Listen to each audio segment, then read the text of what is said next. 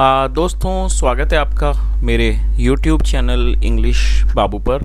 और आज मैं फिर हाजिर हूँ आपके साथ एक नई स्टोरी लेकर। और दोस्तों, आज जो स्टोरी मैं आपके लिए लेकर आया हूँ ये एक बहुत ही प्यारी, बहुत ही अच्छी, सुंदर कहानी है। कहानी सुनने में आपको बहुत मज़ा आएगा। उसके अलावा आज की इस स्टोरी में आपको कई सारे नए इंग्लिश के वर्ड मीनिंग सीखने को मिलेंगे, उनकी करेक्ट प्रोनाउंसिएशन के बारे में पता चलेगा। और हमेशा की तरह जो इसका ग्रामर का पार्ट है उसे बिल्कुल डिटेल में कवर करेंगे, तो एक एक स्ट्रक्चर को आप बड़ी आसानी से सीख पाएंगे।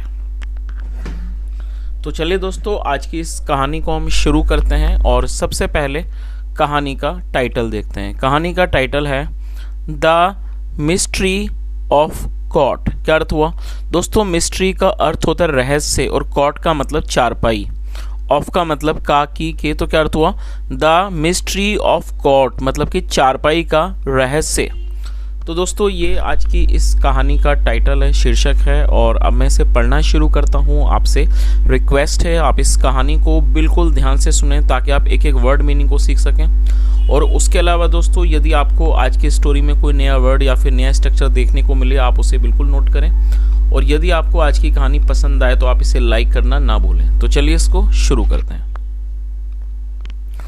Once upon a time Akbar and Birbal had an argument over some issue. क्या मतलब हुआ दोस्तों? ये जो वाक्य है ये पास्ट का वाक्य है। और जब हम पास्ट में कोई वाक्य बनाते हैं तो वहाँ पर हैड का प्रयोग किया जाता है। तो यहाँ पर हैड का यूज़ किया गया पास्ट को दर्शाने के लिए। वंस अपॉन अ टाइम मतलब कि एक समय की बात है।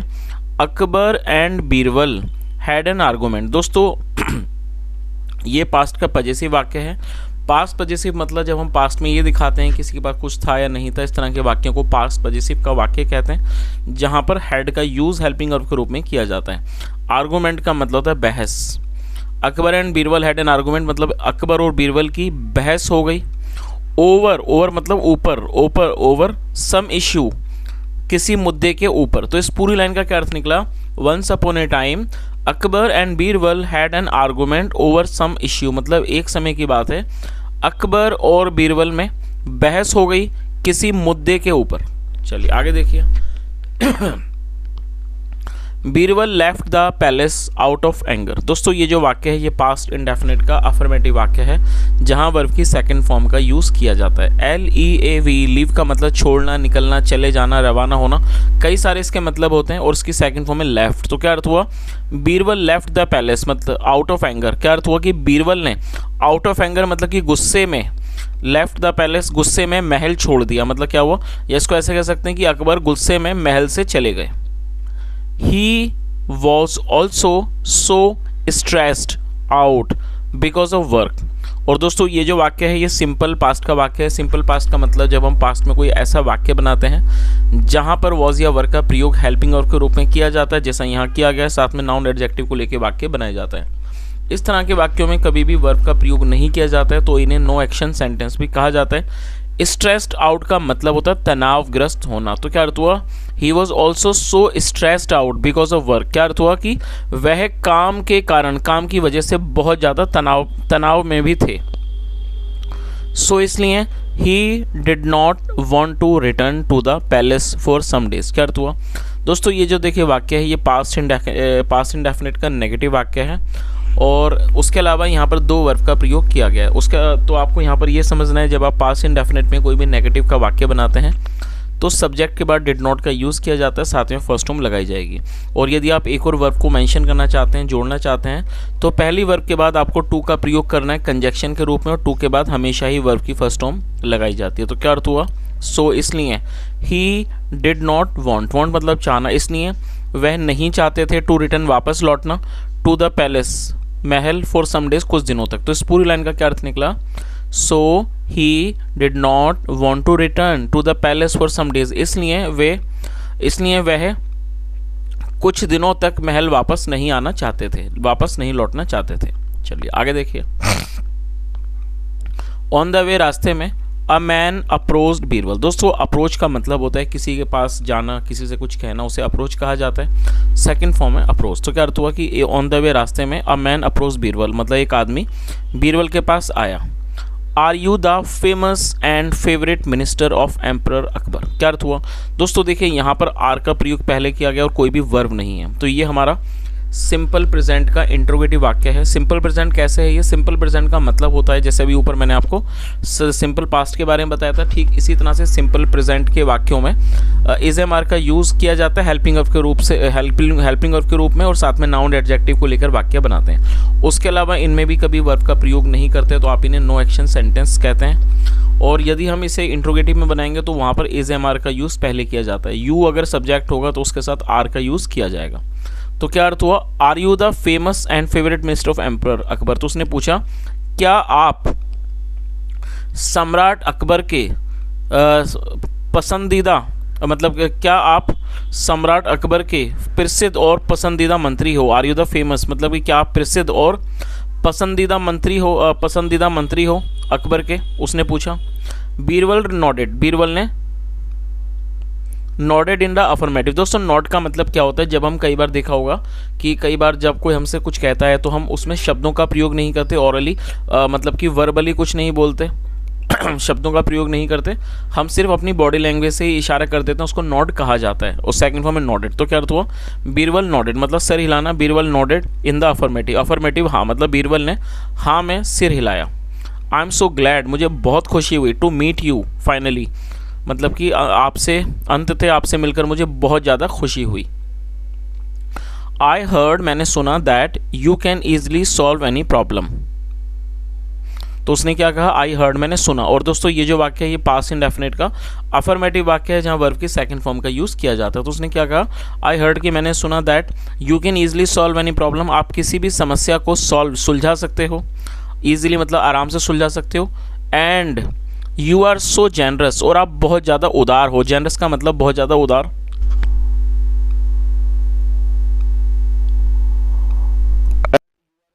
सो जेनरस और आप बहुत ज़्यादा उदार हो।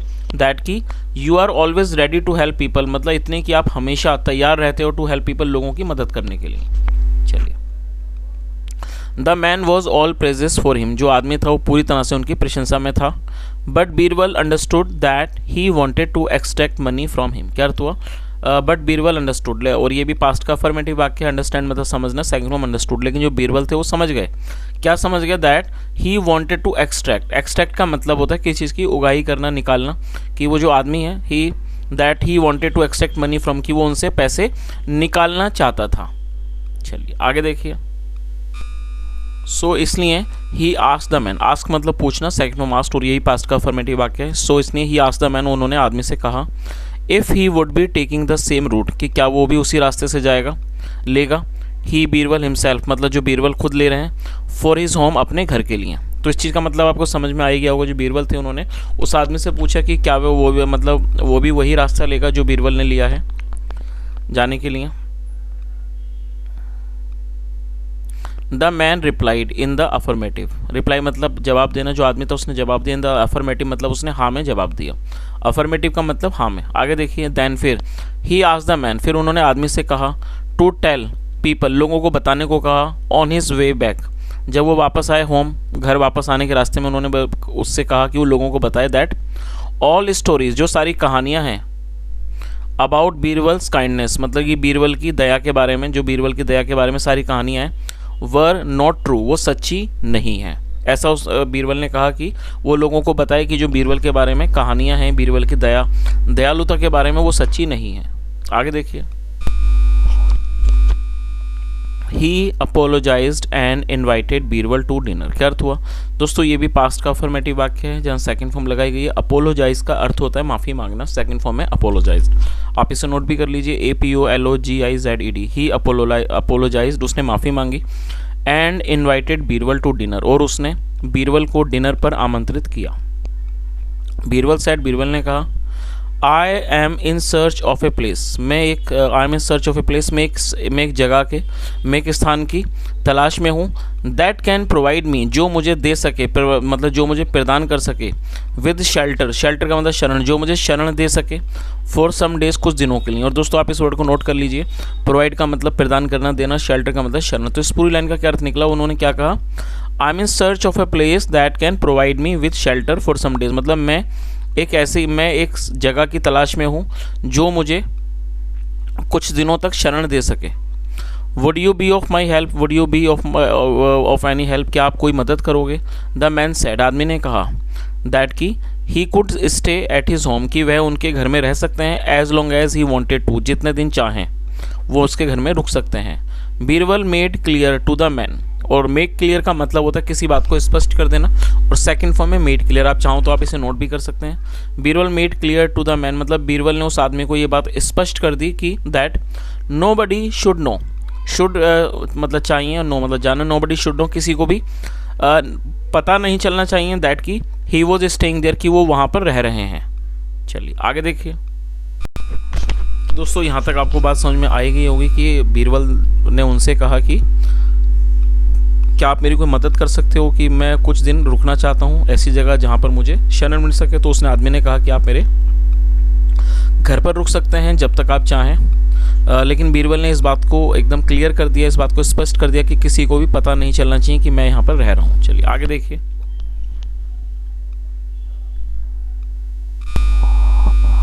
मीनवाइल का मतलब था इस दौरान Akbar also remained angry and ignored his absence. क्या अर्थ हुआ दोस्तों, देखिए यहाँ रिमेन का यूज़ किया गया, और एक दो बार मैंने कम्युनिटी पोस्ट में भी इस तरह के क्वेश्चंस दिए हैं। रिमेन का प्रयोग जब किया जाता है जब हम कोई ऐसा वाक्य बनाते हैं जहाँ पर हम ये दर्शाते हैं कि पास्ट कि जब किसी व्यक्ति का या वस्तु का किसी विशेष अवस्था में बने रहना दिखाना चाहते हैं, तब रिमेन का यूज़ किया जाता है। तो इस बात को आप अच्छे समझ लें। और ये पास्ट इंडेफिनिट का अफर्मेटिव वाक्य है, इसलिए रिमेन की सेकंड फॉर्म रिमेन्ड का प्रयोग किया गया। और ये दोनों एडजेक्टिव है, एंग्री और इग्नोर्ड। क्या अर्थ हुआ, सॉरी यहाँ पर इसे वर्ब के रूप में प्रयोग किया गया। तो चलिए इसका मतलब देख लेते हैं क्या हुआ। मीनवाइल इस दौरान अकबर ऑल्सो रिमेन्ड एंग्री, मतलब जो अकबर थे वो भी नाराज रहे, एंड इग्नोर्ड हिज एब्सेंस, और उन्होंने इग्नोर कर दिया, अनदेखा कर दिया, हिज एब्सेंस। एब्सेंस का क्या अर्थ होता है, अनुपस्थिति, मतलब उनकी अनुपस्थिति को भी उन्होंने क्या करा, अनदेखा कर दिया। हाउएवर, हालांकि he could not do this for long, हालांकि वो इस सब बात को लंबे समय तक नहीं कर सके। As he shared an extraordinary bond with him, क्योंकि वो उनके साथ एक एक्स्ट्राऑर्डिनरी बॉन्ड, जो एक असाधारण जो रिश्ता था वो उनके साथ वो साझा करते थे। चलिए तो यहाँ किसके बारे में बात हो रही है, यहाँ पर ये बीरबल के बारे में बात हो रही है। यहाँ हमने देखा कि जो अकबर थे वो भी नाराज रहे, और यही कारण था कि उन्होंने जो बीरबल की अनुपस्थिति थी उसको उन्होंने काफ़ी मतलब कि नज़रअंदाज किया। लेकिन वो ज़्यादा दिन तक ऐसा क्यों नहीं कर सके, क्योंकि रीज़न ये था कि वो उनके साथ एक अच्छा रिश्ता, एक्स्ट्राऑर्डिनरी बॉन्ड मतलब कह सकते हैं एक अति साधारण जो रिश्ता था उसको वो साझा करते थे। सो इसलिए ही प्लान्ड एन इवेंट, प्लान मतलब योजना बनाना, उन्होंने ही प्लान्ड एन इवेंट, उन्होंने एक इवेंट की, एक कार्यक्रम की उन्होंने योजना बनाई। थ्रू विच, जिसके माध्यम से ही थॉट, उन्हें लगा, that he could find Birbal, कि वो बीरबल को ढूंढ सकते हैं। चलिए आगे देखिए। Akbar had earlier tried every tits and bits. क्या अर्थ हुआ, Akbar had earlier tried every tits and bits, मतलब अकबर ने, और दोस्तों देखिए यहाँ हेड के साथ थर्ड फॉर्म लगाई गई है। ट्राई का मतलब किसी चीज़ को आजमाना, कोशिश करना, और ये थर्ड फॉर्म है ट्राइड। तो जब हेड के साथ थर्ड फॉर्म का यूज़ किया जाता है तो इस तरह का जो वाक्य है वो पास्ट परफेक्ट का वाक्य कहलाता है। पास्ट परफेक्ट मतलब पास्ट में किसी क्रिया का पूरा होना जहाँ पर हेड का प्रयोग किया जाएगा हेल्पिंग वर्ब के रूप में, साथ में थर्ड फॉर्म लगाई जाएगी। तो क्या अर्थ हुआ, Akbar had earlier tried every tits and bits, मतलब अकबर ने पहले ही सारी मतलब जो चीज़ें थी, एवरी टिट्स एंड मतलब हर रास्ते को आजमा लिया था। To find his favourite minister, अपने पसंदीदा मंत्री को ढूंढने के, बट ऑल इन वेन, लेकिन सब व्यर्थ चले गए, लेकिन किसी का भी कोई फायदा नहीं हुआ। चलिए आगे देखिए।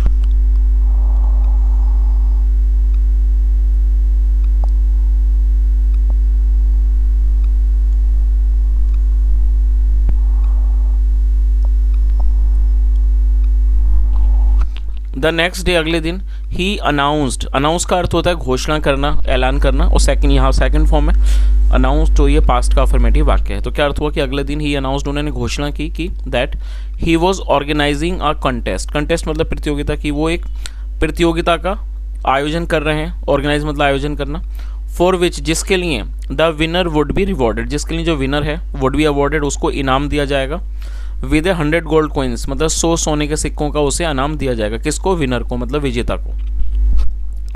The challenge was to walk in the sun, और चैलेंज क्या था, चुनौती क्या थी, was to walk in the sun, धूप में चलना, विदाउट यूजिंग एन अम्ब्रेला, बिना किसी भी अम्ब्रेला का यूज़ किए। बट स्टिल लेकिन अभी फिर भी, बी अंडर शेड लेकिन फिर भी छाए के अंदर। तो इसका मतलब दोबारा से समझ लीजिए ताकि आपको कहानी अच्छे समझ आ सके।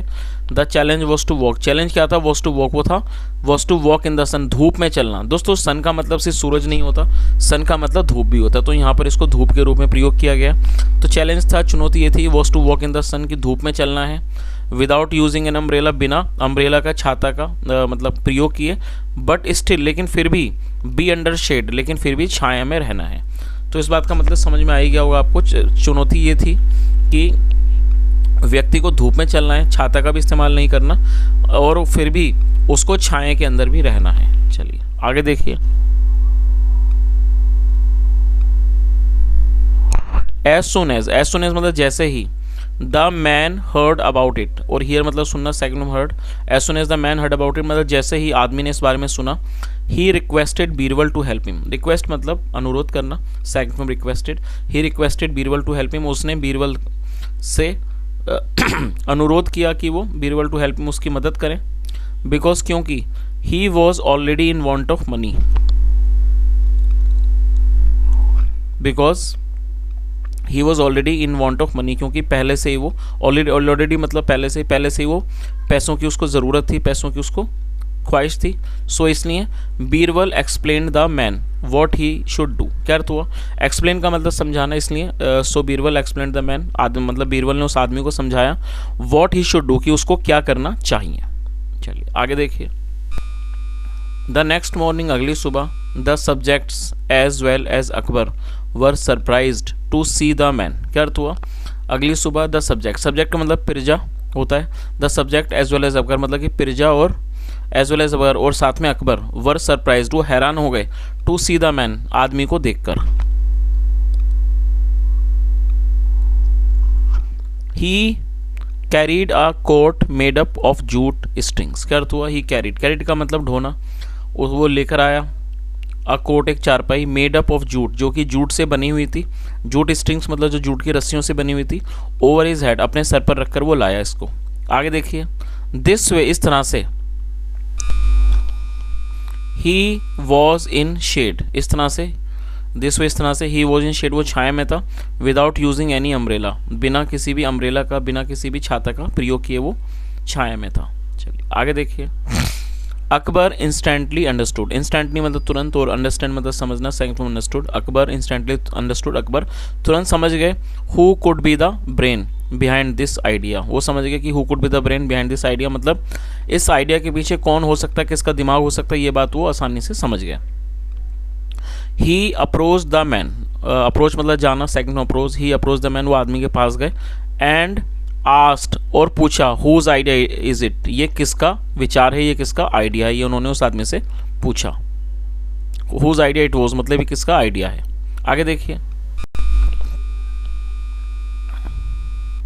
द मैन वॉज कन्फ्यूज्ड, जो आदमी था वो कन्फ्यूज हो गया मतलब भ्रमित हो गया, as he was told by Birbal जैसा कि क्योंकि उसको बीरबल के द्वारा बताया गया था, that nobody should know किसी को भी पता नहीं चलना चाहिए, वेयर ही वॉज स्टेइंग की वो कहाँ पर रह रहे हैं।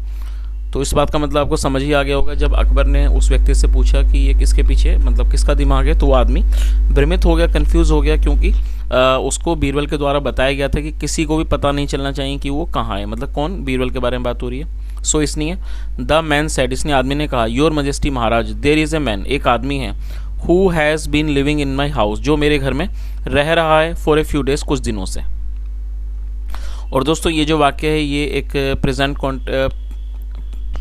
प्रेजेंट परफेक्ट कॉन्टिन्यूस का वाक्य है। जब हम प्रेजेंट परफेक्ट कॉन्टिन्यूस में कोई वाक्य बनाते हैं तो वहाँ पर हैज़ बीन या हैव बीन के साथ वर्ब की थर्ड फॉर्म लगाई जाती है, और इसका प्रयोग जब किया जाता है जब हम ये दिखाते हैं कोई क्रिया एक समय विशेष में हो रही है, तब इस हैज़ बीन या हैव बीन का प्रयोग किया जाता है।